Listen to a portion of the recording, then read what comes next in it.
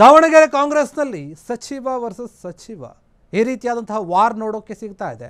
ಜಮೀರ್ ವಿರುದ್ಧ ಸಚಿವ ಮಲ್ಲಿಕಾರ್ಜುನ್ ಕೆಂಡಾಮಂಡಲವಾಗಿದ್ದೇಕೆ? ಹಾಗಾದ್ರೆ ಇಬ್ಬರು ಕಾಂಗ್ರೆಸ್ನವರೇ, ಅವರಿಬ್ಬರ ಮಧ್ಯೆ ಭಿನ್ನಾಭಿಪ್ರಾಯಗಳು. ಜಮೀರ್ ವಿರುದ್ಧ ಸಚಿವ ಮಲ್ಲಿಕಾರ್ಜುನ್ ಯಾಕೆ ಕೆಂಡಾಮಂಡಲವಾಗಿದ್ದಾರೆ? ಅವನ್ಯಾರು ಇಲ್ಲಿ ಬಂದು ಮಾತನಾಡೋಕೆ? ಮಲ್ಲಿಕಾರ್ಜುನ್ ಏಕವಚನದಲ್ಲೇ ವಾಗ್ದಾಳಿಯನ್ನು ನಡೆಸಿದ್ದಾರೆ ಜಮೀರ್ ವಿರುದ್ಧ. ಸೋಮೇಶ್ವರಂ ಮಣ್ಣಲ್ಲಿ ಹಸ್ತಕ್ಷೇಪವನ್ನು ಮಾಡೋಕೆ ಯಾರೂ ಕೂಡ ಬರಬಾರ್ದು ಅಂತ ಪುತ್ರ ಸಮರ್ಥ್ಗೆ ಟಿಕೆಟನ್ನು ತಪ್ಪಿಸಲು ಜಮೀರು ಅಲ್ಪಸಂಖ್ಯಾತರಿಗೆ ಪೊಲೀಸಕ್ಕೆ ಅವರು ಟಿಕೆಟ್ ಬೇಕು ಅಂತ ಕೇಳ್ತಾ ಇದ್ದಾರೆ. ದಾವಣಗೆರೆ ಕೋಟೆಯಲ್ಲಿ ಜಮೀರ್ ಹಸ್ತಕ್ಷೇಪಕ್ಕೆ ಹೈಕಮಾಂಡ್ ಹಸಿರು ನಿಶಾನ ಏನಾದರೂ ತೋರಿಸಿದೆಯಾ ಅಂತ ದಾವಣಗೆರೆ ಕಾಂಗ್ರೆಸ್ನಲ್ಲಿ ಈ ರೀತಿಯಾದಂತಹ ಒಂದು ವಿಚಾರ ನೋಡೋಕೆ ಸಿಗ್ತಾ ಇದೆ. ಕಾಂಗ್ರೆಸ್ನವರೇ ಇಬ್ಬರು ವಾಗ್ದಾಳಿಯನ್ನು ನಡೆಸ್ಕೊಳ್ತಾ ಇದ್ದಾರೆ. ವಸತಿ ಸಚಿವ ಜಮೀರ್ ಅಹಮದ್ ಖಾನ್ ಆ ಒಂದು ದಾವಣಗೆರೆಯ ರಾಜಕೀಯದಲ್ಲಿ ಇವರು ಬಂದು ಮಾತನಾಡೋಕೆ ಯಾರಿವರು ಅಂತ.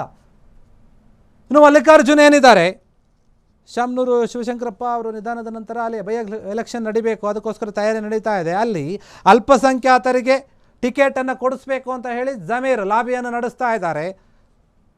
ಇನ್ನೊಂದು ಕಡೆ ಮಲ್ಲಿಕಾರ್ಜುನ್ ಅವರ ಪುತ್ರನಿಗೆ ಒಂದು ಸೀಟ್ ಕೊಡಿಸ್ಬೇಕು ಅಂತ ಹೋರಾಟವನ್ನು ಅವರು ಕೂಡ ಮಾಡ್ತಾ ಇದ್ದಾರೆ.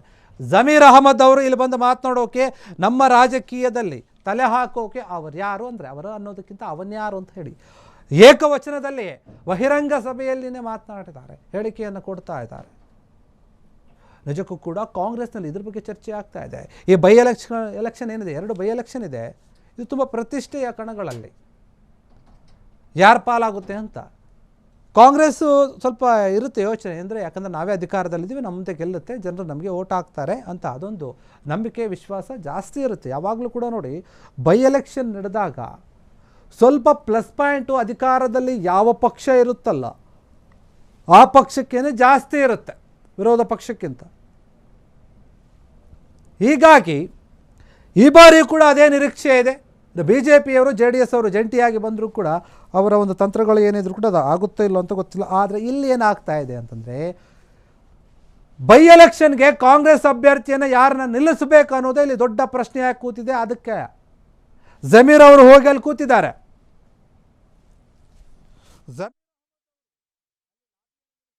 ಮುಸ್ಲಿಂ ಸಮುದಾಯದ ವ್ಯಕ್ತಿಗೆ ಟಿಕೆಟನ್ನು ಕೊಡಿಸಬೇಕು ಅಂತ ಹೇಳಿ, ಯಾಕಂದ್ರೆ ಅಲ್ಲಿ ಮುಸ್ಲಿಂ ಓಟ್ಗಳ ಸಂಖ್ಯೆ ಜಾಸ್ತಿ ಇದೆ. ಎಲ್ಲೋ ಒಂದು ಕಡೆ ಇದು ವರ್ಕೌಟ್ ಆಗುತ್ತೆ, ಕೊಡಿಸೋಣ ಅಂತ ಹೇಳಿ ಅವರು ಮಾತುಕತೆ ನಡೆಸ್ತಾ ಇದ್ದಾರೆ, ಲಾಬಿಯನ್ನು ನಡೆಸ್ತಾರೆ. ಇದು ಮಲ್ಲಿಕಾರ್ಜುನ್ ಅವರಿಗೆ ಇಷ್ಟ ಆಗ್ತಾ ಇಲ್ಲ.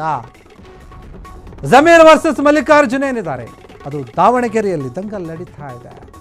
ಕಾಂಗ್ರೆಸ್ನ ಇಬ್ಬರು ಪ್ರಭಾವಿ ಸಚಿವರ ನಡುವೆ ಬಹಿರಂಗ ಯುದ್ಧ ಆರಂಭ ಆಗಿದೆ. ದಾವಣಗೆರೆ ದಕ್ಷಿಣ ಕ್ಷೇತ್ರದ ಟಿಕೆಟ್ ಹಂಚಿಕೆಗೆ ವಿಚಾರದಲ್ಲಿ ಹಸ್ತಕ್ಷೇಪ ಮಾಡಿದ್ದಾರೆ ಜಮೀರ್. ಅದ್ರ ಬಗ್ಗೆ ಪ್ರಶ್ನೆ ಇದೆ. ಜಮೀರ್ ಅಹಮದ್ ಲಾಬಿಗೆ ಮಲ್ಲಿಕಾರ್ಜುನ್ ತೀವ್ರ ಆಕ್ರೋಶವನ್ನು ವ್ಯಕ್ತಪಡಿಸ್ತಾ ಇದ್ದಾರೆ, ಕೆಂಡ ಕಾರಿದ್ದಾರೆ. ಉಪಚುನಾವಣೆಯಲ್ಲಿ ಅಲ್ಪಸಂಖ್ಯಾತ ಅಭ್ಯರ್ಥಿಗೆ ಟಿಕೆಟನ್ನು ಕೊಡಿಸಬೇಕೆನ್ನುವಂಥದ್ದು ಅವರ ಪ್ರಯತ್ನ. ನಮ್ಮ ಕ್ಷೇತ್ರಗಳ ಬಗ್ಗೆ ಮಾತನಾಡೋಕೆ ಅವನಿಗೇನು ಅಧಿಕಾರ ಇದೆ, ಯಾರು ಕೊಟ್ಟವರು ಅಂತ ಪ್ರಶ್ನೆ ಮಾಡ್ತಾ ಇದ್ದಾರೆ. ಜಮೀರ್ ವಿರುದ್ಧ ಏಕವಚನದಲ್ಲಿ ಕಿಡಿಕಾರ್ತಾ ಇದ್ದಾರೆ SS ಮಲ್ಲಿಕಾರ್ಜುನ್. ಪುತ್ರ ಸಮರ್ಥ್ ಮಲ್ಲಿಕಾರ್ಜುನ್ ಟಿಕೆಟ್ ಆಕಾಂಕ್ಷಿಯಾಗಿದ್ದಾರೆ. ಜಮೀರ್ ಎಂಟ್ರಿ ಕೊಟ್ಟಿದ್ದಾರೆ. ಈಗ ಹಿಂಗಿರುವಾಗ ಶಾಮನೂರು ಶಿವಶಂಕರಪ್ಪ ಕುಟುಂಬದ ಭದ್ರಕೋಟೆಯಲ್ಲಿ ಜಮೀರ್ ಹಸ್ತಕ್ಷೇಪ ಯಾಕೆ ಎನ್ನುವಂತಹ ಪ್ರಶ್ನೆ ಇದೆ. ಹೈಕಮಾಂಡ್ ಮಟ್ಟಕ್ಕೆ ಹೋಗಿದೆ. ಇದು ಹೈಕಮಾಂಡ್ ಏನು ನಿರ್ಧಾರವನ್ನು ತಗೊಳ್ಳುತ್ತೋ ಅದ್ರ ಮೇಲೆ ನಾವು ಡಿಪೆಂಡ್ ಆಗಿರ್ತೀವಿ ಅಂತ ಮಲ್ಲಿಕಾರ್ಜುನ್ ಅವರು ಹೇಳ್ತಾ ಇದ್ರು ಒಂದು ಸಭೆಯನ್ನು ಮಾಡಿದ ನಂತರ. ಇನ್ನು ಜಮೀರ್ ಅವರೇನಿದ್ದಾರೆ, ಅಲ್ಪಸಂಖ್ಯಾತರಿಗೆ ಟಿಕೆಟ್ ಕೊಡಿಸುವಂಥ ಒಂದು ಪ್ರಯತ್ನ ಅದು ಸಫಲರಾಗ್ತಾರೋ ಇಲ್ಲೋ, ಆದರೆ ನಿರಂತರವಾಗಿ ಪ್ರಯತ್ನವನ್ನು ಪಡ್ತಾ ಇದ್ದಾರೆ. ಹೀಗಾಗಿ ಈಗಿರುವಾಗ ಏನಾಗುತ್ತೆ ಏನಿಲ್ಲ ಅನ್ನುವಂತಹ ಪ್ರಶ್ನೆ ಸಾಕಷ್ಟಿದೆ.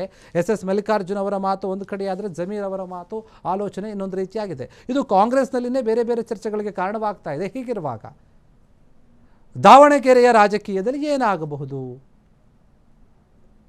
ಸಾಕಷ್ಟು ವಿಚಾರಗಳಿದೆ. ಮುಖ್ಯವಾಗಿ ಇಬ್ಬರು ಕೂಡ ಕಾಂಗ್ರೆಸ್ ನಾಯಕರೇ ಆಗಿರೋದ್ರಿಂದ, ಸಚಿವರೇ ಆಗಿರೋದ್ರಿಂದ ಬೇರೆ ರೀತಿಯಾದಂತಹ ಒಂದು ಚರ್ಚೆಗೆ ಕಾರಣವಾಗದೇ ಇದ್ದರೆ ಸಾಕು ಅಂತ ಕೆಲವರು ಯೋಚನೆ ಮಾಡ್ತಾ ಇದ್ದಾರೆ. ಪುತ್ರ ಏನು ಸಮರ್ಥ ಏನಿದ್ದಾರೆ ಅದನ್ನು ಟಿಕೆಟ್ ಕೊಡಿಸ್ಬೇಕಂತ ಮಲ್ಲಿಕಾರ್ಜುನ್ ಇದ್ದಾರೆ. ಇಲ್ಲ, ನಾವು ನಮ್ಮವ್ರಿಗೆ ಕೊಡಿಸ್ತೀವಿ ಅಂತ ಇವರು.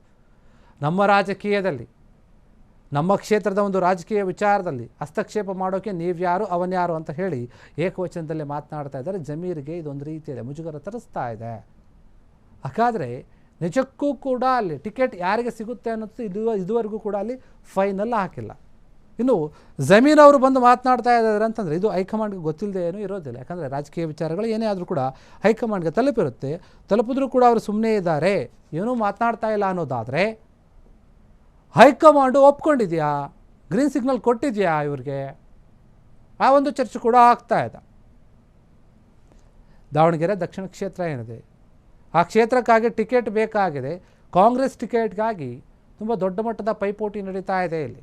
ಅದಕ್ಕೆ ಜಮೀರ್ ವಿರುದ್ಧ ಮಲ್ಲಿಕಾರ್ಜುನ್ ಮಾತನಾಡ್ತಾರೆ. ನೀನು ಯಾರು, ನೀನು ಯಾಕೆ ಮಾತಾಡ್ತೀಯ ಅಂತ ಹೇಳಿ ಪ್ರಶ್ನೆ ಮಾಡ್ತಾ ಇದ್ದಾರೆ. ಕ್ಷಣ ಕ್ಷಣದ ಸುದ್ದಿಗಳಿಗಾಗಿ ಫ್ರೀಡಂ ಟಿವಿ ಸಬ್ಸ್ಕ್ರೈಬ್ ಮಾಡಿ, ಲೈಕ್ ಮಾಡಿ ಹಾಗೂ ಫಾಲೋ ಮಾಡಿ. ಹೊಸ ಸುದ್ದಿಗಳ ನೋಟಿಫಿಕೇಶನ್ಗಾಗಿ ಬೆಲ್ ಐಕಾನ್ ಮೇಲೆ ಕ್ಲಿಕ್ ಮಾಡಿ.